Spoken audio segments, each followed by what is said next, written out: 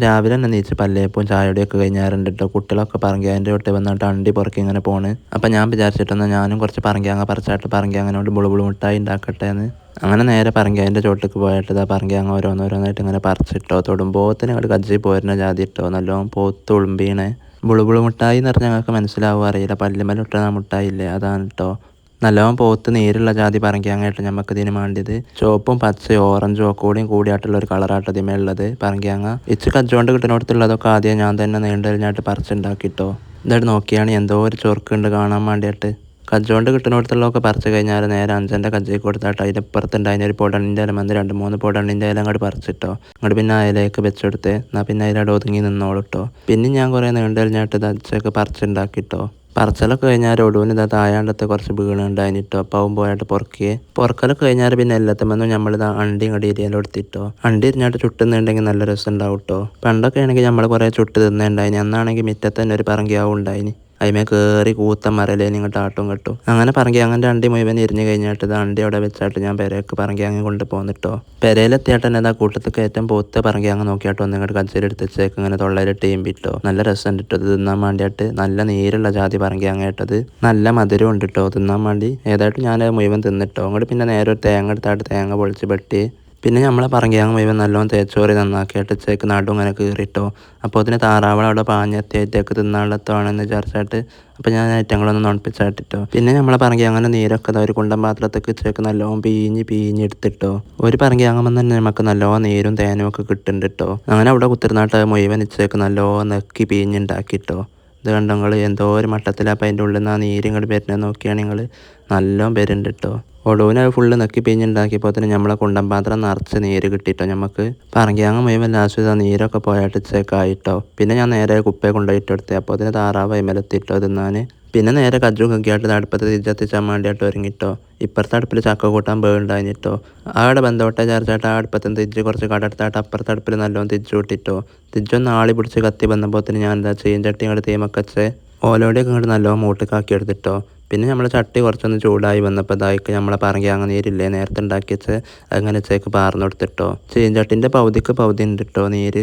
പിന്നെ നമ്മൾ നേരത്തെ പൊളിച്ച് വെച്ചതിന് തേങ്ങ ഒക്കെ ചേരണ്ടി ഉണ്ടാക്കിട്ടോ. പിന്നെ നമ്മൾ ഓരോ ശർക്കരയാണ് എടുത്തിട്ട് ഇതായിക്ക് ഇങ്ങനെ വെച്ചെടുത്തിട്ടോ. പറങ്കിയാങ്ങ നീർക്ക് നല്ലോണം തിരിച്ചും കത്തിച്ചിട്ടോ. അങ്ങനെ ഒരു 4-5 ആണ് ശർക്കര ആയി കിട്ടിട്ടോ. ഇനി ശർക്കര കൈ കടന്നിട്ട് നല്ലോണം തളിച്ച് മറിഞ്ഞ് ഇങ്ങനെ ഉരുക്കി വരണട്ടോ.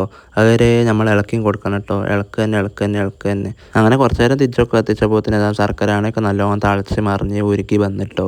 എന്നിട്ട് പിന്നെ ഇങ്ങനെ ചേക്ക് വട്ടത്തിൽ ഇളക്കി എടുത്ത് ഞാൻ ഇങ്ങനെ ഇളക്കലാണ് കേട്ടോ നമ്മളെ പരിപാടി. ഇളക്കി ഇങ്ങനെ കുറുകി വരണം കേട്ടോ. കുറച്ചൊന്ന് കുറുകി വന്നപ്പോൾ പിന്നെ ഞാനിതാ 2-3 ഏലക്കായ എടുത്തായിട്ട് കുത്തി പൊടിച്ചായിട്ട് ചേക്കായി കിട്ടെടുത്തിട്ടോ. പിന്നെ നല്ലോണം ഇളക്കി കൊടുക്കുക തന്നെ കേട്ടോ. ഇളക്കലാണ് കേട്ടോ ഇതിൻ്റെ മെയിൻ പരിപാടി. ഇല്ലെങ്കിൽ പിന്നെ ചട്ടിൻ്റെ മൂട്ടയിൽ പിടിച്ചാൽ നമുക്ക് തിന്നാൻ കജൂല കേട്ടോ. അങ്ങനെ വട്ടത്തിലും ചതുരത്തിലും നീളത്തിലും ഒക്കെ കുറുകി വരുവോളം നല്ലോണം ചേക്ക് ഇളക്കി ഉണ്ടാക്കിട്ടോ.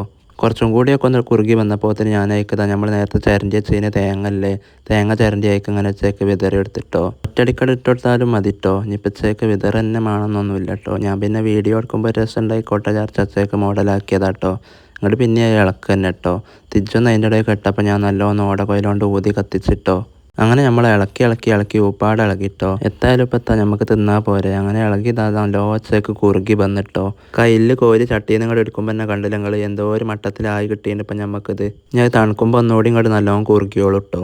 അങ്ങനെ കുറുകലൊക്കെ കഴിഞ്ഞാൽ ചീഞ്ചട്ടി നേരെ കൈക്കലാണ്ടം കൂട്ടി പിടിച്ചാട്ട് ചേക്ക് ഇങ്ങോട്ട് തീമെന്ന് ഇറക്കി വെച്ചിട്ടോ. നമുക്ക് ചീഞ്ചട്ടിയിൽ നിന്ന് ഒരു പാത്രത്തേക്ക് മാറ്റണം കേട്ടോ.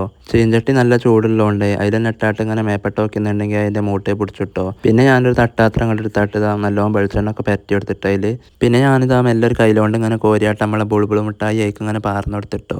തട്ടാത്രത്തിൽ ആദ്യം തന്നെ കുറച്ച് വെളിച്ചെണ്ണ നെയ്യോ ഒക്കെ പരത്തി എടുത്ത് ദഹിച്ചേക്ക് ഇങ്ങനെ അതിൽ ഒട്ടി പിടിച്ചാതൊക്കാൻ വേണ്ടിയാട്ടോ. പാത്രത്തിൽ നിന്ന് ബാങ്ങോട്ട് കിട്ടും ചെച്ചിട്ടോ. കുറച്ച് വെളിച്ചെണ്ണ പരത്തി എടുത്താൽ ഇല്ലേ പിന്നെ നമ്മൾ അതിമേ കുറേ നേരം കളിച്ച് ഉത്തിർക്കേണ്ടി വരും കേട്ടോ. അങ്ങനെ ആ ചീഞ്ചട്ടിയുള്ള മുഴുവൻ ഞാൻ ഇച്ചേക്ക് പഠിച്ചു ഊറ്റിയായിട്ട് ഒരു പാത്രത്തിൽ ആക്കിയിട്ടോ. ഞാൻ ഒന്ന് കുറച്ച് നേരം തണുക്കാൻ വേണ്ടിയിട്ട് വെക്കണം കേട്ടോ. അവിടെ എവിടെയെങ്കിലും വേഗം തണുത്ത് കിട്ടാൻ വേണ്ടിയിട്ട് ഞാനിത് ഒരു വലിയ തട്ടാത്രത്തിൽ കുറച്ച് പച്ചവെള്ളം എടുത്തായിട്ട് ഇച്ചേക്കായി ചെറിയ തട്ടാത്രം അതിൽ ഇറക്കി വെച്ചെടുത്തിട്ടോ. പിന്നെ കത്തിയോണ്ടൊക്കെ ഇങ്ങനെ വരണ്ടി വെക്കിയതിൽ അടിയിൽ പിടിച്ചിട്ടുണ്ടോ വേഗം കിട്ടുമോ എന്നൊക്കെ അറിയാൻ വേണ്ടിയിട്ട് വലിയ തിരക്കടൊന്നുമില്ല. ഒട്ടി പിടിച്ചൂലാന്ന് തോന്നുന്നുണ്ട് കേട്ടോ. ഏതായിട്ടും അങ്ങനെ അവിടെ കുത്തിരുന്നും കടന്നു കൈമേ നോക്കി നാട്ട് കുറേ നേരം കഴിഞ്ഞാൽ തണുത്ത് വന്നിട്ടോ. കുറച്ചൊന്ന് തണുത്ത് വന്നപ്പോൾ ഒരു സ്പൂൺ കൊണ്ട് നമ്മൾ ചേക്ക് ഇങ്ങനെ കോരിയെടുത്താട്ടോ ഒക്കെ ഒരു ബസ്സിക്ക് ഇങ്ങനെ ഇറക്കി വെച്ച് കൊടുത്തിട്ടോ. കജ്ജിമലൊക്കെ നല്ല ഒട്ടി പിടിച്ചിട്ടുണ്ട് കേട്ടോ. പിന്നെ നമ്മളെ കജ്ജിമലൊക്കെ നല്ലോണം വെളിച്ചെണ്ണ തേച്ച് പിടിപ്പിച്ചായിട്ട് ഇതാച്ചേക്ക് ഇങ്ങനെ ഓരോ ഉണ്ടെടുത്തായിട്ട് ഇങ്ങനെ ഉരുട്ടിയെടുത്തിട്ടോ. നല്ല ഉരുട്ടി ഉരുട്ടി ഒരു ഉണ്ണിയപ്പത്തിൻ്റെ ഐഡിയ ആക്കിയെടുത്ത്. ഇത് കണ്ടില്ല നിങ്ങൾ, ഇതാണ് കേട്ടോ നമ്മൾ ഉണ്ടാക്കിയ ബുളുബുളു മിഠായി. ഏതായിട്ടും നമുക്ക് നല്ല മട്ടത്തിലായി കിട്ടിയെന്ന് കേട്ടോ. നല്ലോണം നീണ്ട് കഴിഞ്ഞ് വരുന്നുണ്ട് കേട്ടോ. കുറേയൊക്കെ ഞാൻ കജ്ജിലെടുത്തായിട്ട് നല്ലോണം നീട്ടി പരത്തിയൊക്കെ നോക്കിയിട്ടോ. പിന്നെ ഉരുട്ടിയൊക്കെ ഇട്ടോ.